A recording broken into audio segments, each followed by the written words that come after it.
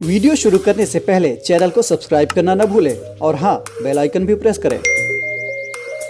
नमस्कार, मैं सुनील वर्मा ध्येय आईएएस टीम की ओर से आपका स्वागत करता हूं ध्येय टीवी पर। हम बात करेंगे डेली करंट अफेयर्स के अपने प्रोग्राम पर, जैसा कि हम प्रतिदिन करते आए। इस वीडियो में हम बात करेंगे आईयूसीएन की ग्रीन लिस्ट के विषय में, समझने का प्रयास करेंगे यह ग्रीन लिस्ट क्या है, यह कैसे तैयार की जाती है और यह रेड लिस्ट से कैसे अलग है। क्योंकि जब भी आईयूसीएन का नाम आता है तुरंत रेड लिस्ट हमारे दिमाग में आ जाती है, लेकिन यह जो ग्रीन लिस्ट है यह इससे एक आगे का कॉन्सेप्ट है। आइए इसको थोड़ा हम समझते हैं। सबसे पहले आईयूसीएन के विषय में कुछ बेसिक चीजों को जान लीजिए। इसका जो फुल फॉर्म है वह है international union for conservation of nature, Hindi में बोलेंगे अंतरराष्ट्रीय प्रकृति संरक्षण संघ। जैसा कि आपने देखा इसमें शब्द यूज हुआ है यूनियन, अर्थात इसके जो सदस्य हैं वह राज्य होते हैं। राज्यों का मतलब देश की सरकारें होती हैं, देश होते हैं, नागरिक समाज होते हैं, हम और आप होते हैं, और कई जो है कि राष्ट्रीय और अंतर्राष्ट्रीय संगठन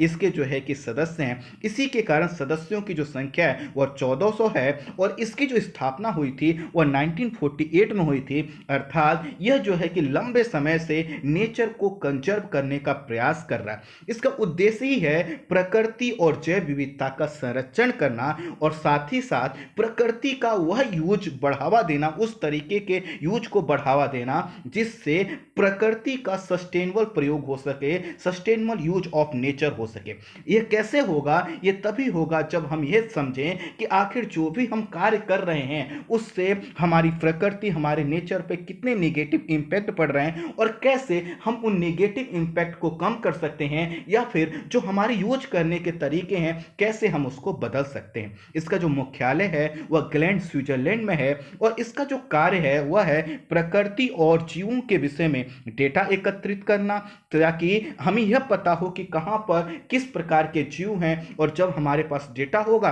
तो हम क्या करेंगे, उन डेटा का एनालिसिस करेंगे, समय समय पर सर्वेक्षण करेंगे, देखेंगे कि प्रकृति और जीवों को किसी तरह से क्षति तो नहीं पहुंच रही है। अगर कोई क्षति पहुंच रही है तो उस क्षति को रोकने के लिए यह क्या करता है, प्रोजेक्ट प्रारंभ करता है। यह जो है कि सरकारों को सलाह देता है और साथ ही साथ हमको और आपको अर्थात नागरिक समाज को क्या करता है, यह जीवों के संदर्भ में, प्रकृति के संदर्भ में शिक्षित करने का प्रयास करता है। इसका जो लक्ष्य है वह है लोगों को इस तरह से सूचित करना, जागरूक करना, उन्हें जो है कि प्रकृति के कार्य में सहयोगी बनाना, ताकि सभी लोग मिलकर क्या कर सकें, प्रकृति को संरक्षित कर सकें, उस पर होने वाले नेगेटिव इंपैक्ट को कम कर सकें। तो यह जो संस्था है यह जाना जाता रहा है अपनी रेड लिस्ट के विषय में, लेकिन इस समय ये जो चर्चा में है वह किस वजह से है, ग्रीन लिस्ट की वजह से। जैसा कि आपको पता है कि आईयूसीएन क्या करता है, रेड लिस्ट जारी करता है और इस रेड लिस्ट में 9 कैटेगरी होती हैं। और ये जो 9 कैटेगरी हैं कौन कौन सी है, अमूल्यांकित, अर्थात अभी तक किसी जीव के संदर्भ में कोई मूल्यांकन नहीं किया गया। फिर है कि कम आंकड़ा, अर्थात जो है कि नॉट अवेलेबल डेटाज का एक कैटेगरी होती है, जिसमें यह बताया जाता है कि किसी जीव के संदर्भ में डेटा बहुत ज्यादा नहीं। लेकिन अब इसके बाद क्या होता है, इसके बाद की जो कैटेगरी आती है जिसमें कम चिंताजनक, खतरे के पास, सुवेद्य अर्थात वल्नरेबल, खतरे में अर्थात इन डेंजर, गंभीर खतरे में अर्थात डेंजर इन क्रिटिकल, और विलुप्त, जंगल में जो है कि विलुप्त की जो कंडीशन आती है। इस प्रकार यह 9 कैटेगरी जारी करता है और इससे यह पता चलता है कि आखिर कोई जीव किस कैटेगरी में। स्वाभाविक है, कोई अगर जो जीव है वह गंभीर खतरे में है तो इसका मतलब क्या है, अगर हमने उसको संरक्षित नहीं किया तो क्या हो जाएगा, समाप्त हो जाएगा। लेकिन हमें तो बात करनी है जो है कि ग्रीन लिस्ट के विषय में। तो बेसिक चीजें आपने जान ली, आइए थोड़ा सा समझते हैं ग्रीन लिस्ट की। लंबे समय से पर्यावरण के जानकारों के द्वारा जीवों को संरक्षित करने के सकारात्मक मानवीय सहयोग के विषय में भी किसी लिस्ट के निर्माण की वकालत कर रहे थे। दरअसल जो रेड लिस्ट जारी की जाती थी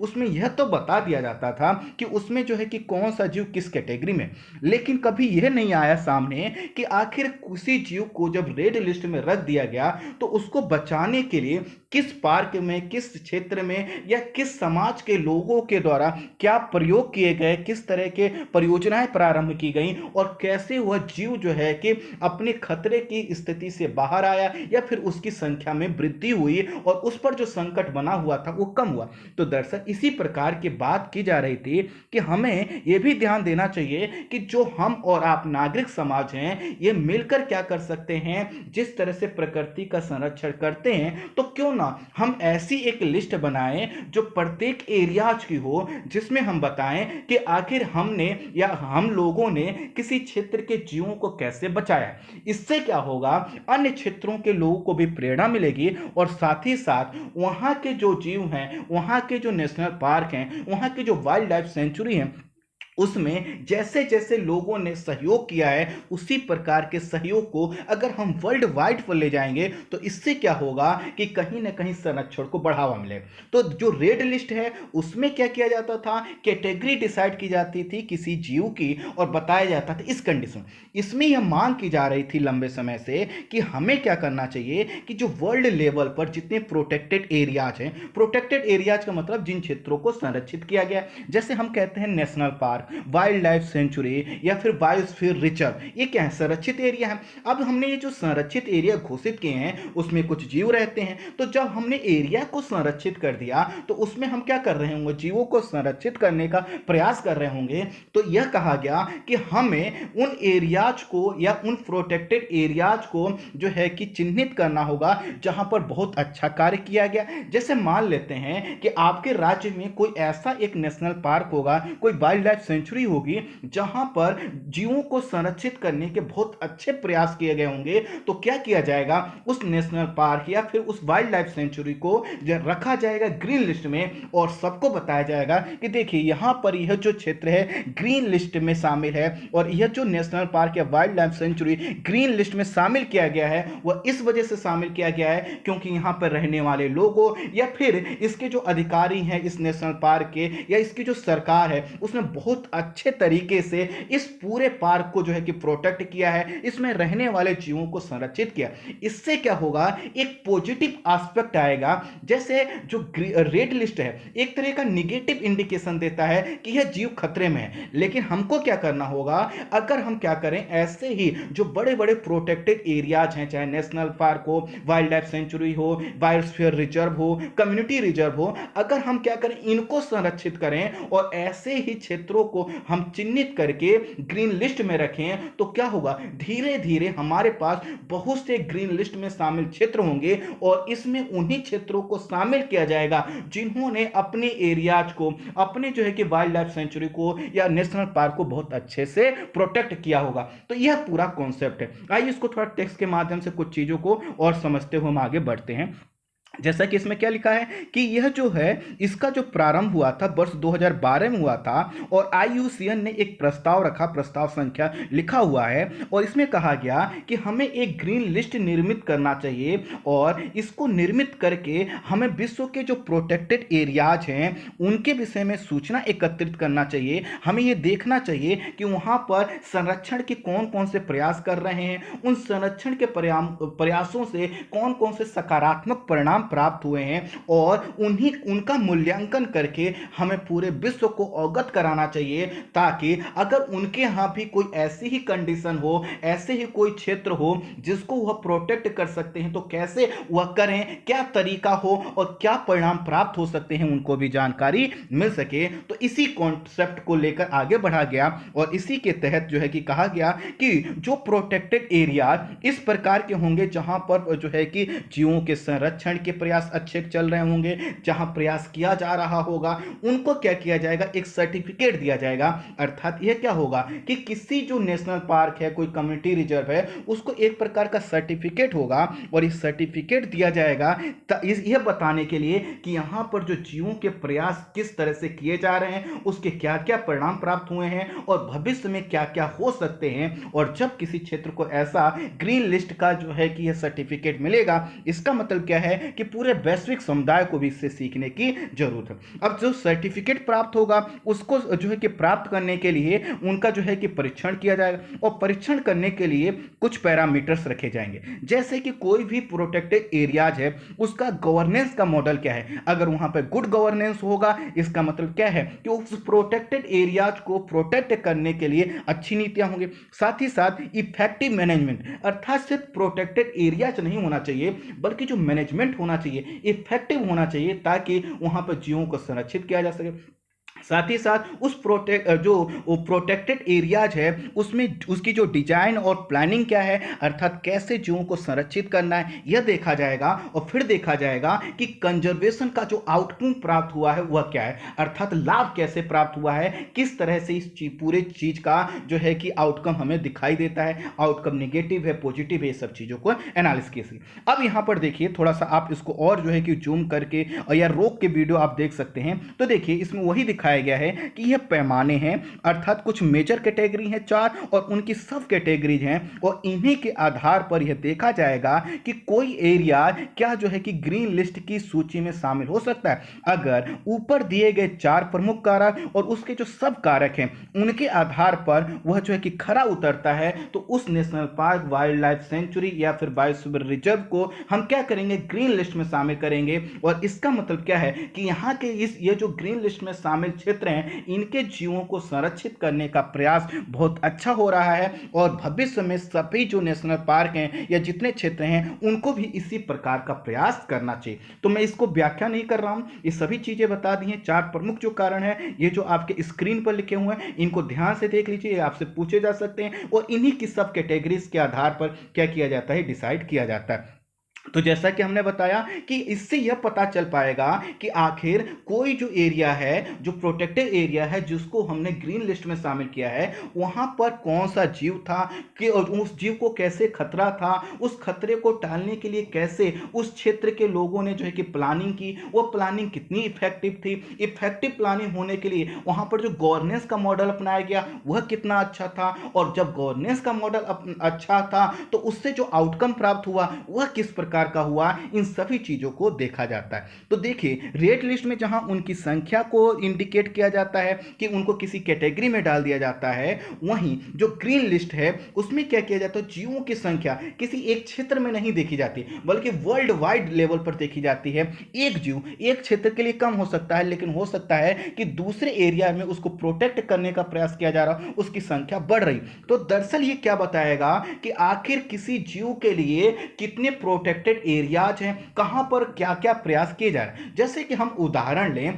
कि एलिफेंट को लेते हैं, एलिफेंट को अगर हम अपने यहां पर देखते हैं तो अलग संख्या दिखाई देती है। अफ्रीका के विषय में क्या है, या फिर जो है कि जो लैटिन अमेरिका वाले क्षेत्र वहां पर क्या कंडीशन हमें पता नहीं, लेकिन जो ग्रीन लिस्ट होगी वो सभी चीजों की जानकारी देगी कि एलिफेंट को लेकर, एलिफेंट के लिए कितने जो है प्रोटेक्टेड एरियाज हैं, उन प्रोटेक्टेड एरियाज में क्या क्या कार्य किया गया है और कौन कौन से क्षेत्रों में बहुत अच्छे आउटकम प्राप्त हुए हैं, और उन्हीं को क्या किया जाएगा, ग्रीन लिस्ट में शामिल किया जाएगा। कुल मिलाकर अगर देखा जाए तो यह एक अलग प्रयास है जिसमें क्षेत्र को, एरियाज को प्रोटेक्ट करने का प्रयास किया जाएगा, और इससे क्या होगा, कहीं ना कहीं आने वाले समय में बहुत अच्छा हमें आउटकम प्राप्त होगा। आई होप आप समझ पाए होंगे। तो जैसा कि हमने कहा कि इसमें भी क्या होगा, सूची बनाई जाएगी, 9 प्रकार की सूची होगी, और सूची इस आधार पर बनाई जाएगी, अर्थात प्रोटेक्टेड एरियाज को इस आधार पर कैटेगराइज किया जाएगा कि किसी क्षेत्र में जो है कि जीव की कितनी रिकवरी हुई है, अर्थात वहां पर जो संरक्षण के प्रोग्राम चलाए गए उनसे कितनी जीवों की रिकवरी हुई, साथ ही साथ वहां पर रिकवरी की रेट क्या है, रिकवरी अगर किसी उस क्षेत्र में ज्यादा है तो कैसे ज्यादा हुई, संरक्षण का जो तरीका था वह क्या था, और यह भी देखा जाएगा कि अगर ये जो जीव है जिसको संरक्षित किया गया है इसको कितने समय तक संरक्षित करने की आवश्यकता है, 10 साल में क्या परिवर्तन आ सकता है, 100 साल में अगर हम संरक्षित करें या ना करें तो क्या परिणाम होगा। इन सभी आधारों पर अपनाते हुए किसी क्षेत्र को क्या किया जाएगा, ग्रीन लिस्ट में शामिल किया जाएगा। अब इससे क्या होगा कि कहीं ना कहीं हर क्षेत्र में कुछ ना कुछ जीव हैं जो कि क्या कर रहे हैं, अपने अस्तित्व के लिए संघर्ष कर रहे हैं। तो हम क्या करें, अगर उनके एरियाज को क्या करें, प्रोटेक्टेड कर दें, अच्छे से करें, और वहां पर पर इस प्रकार की कंडीशन है कि उनको ग्रीन लिस्ट में हम शामिल कर लें। इसका मतलब क्या हुआ कि जैसे वो क्षेत्र ग्रीन लिस्ट में शामिल हुआ है, इसका मतलब वहां पे प्रयास अच्छा चल रहा है। और जो एरिया शामिल नहीं है वो क्या है, अभी उनमें जो प्रयास है वो बहुत गंभीर नहीं है, बहुत इफेक्टिव नहीं है, उनका गवर्नेंस का मॉडल अच्छा नहीं। स्वाभाविक है हर जो है कि नेशनल पार्क या जो है कि हर क्षेत्र के लोग अपने अपने एरियाज को अगर इसमें शामिल करवाने का प्रयास करेंगे तो धीरे धीरे पूरे जितने भी जीव हैं, जितने भी एरियाज हैं वो प्रोटेक्ट होंगे। जब एरियाज प्रोटेक्ट होंगे तो जीवों का जो आवास संरक्षित होगा और इससे अपने आप जीव क्या होंगे, संरक्षित होंगे। तो कहीं ना कहीं यह रेड लिस्ट से आगे का कॉन्सेप्ट है, बड़ा कॉन्सेप्ट है।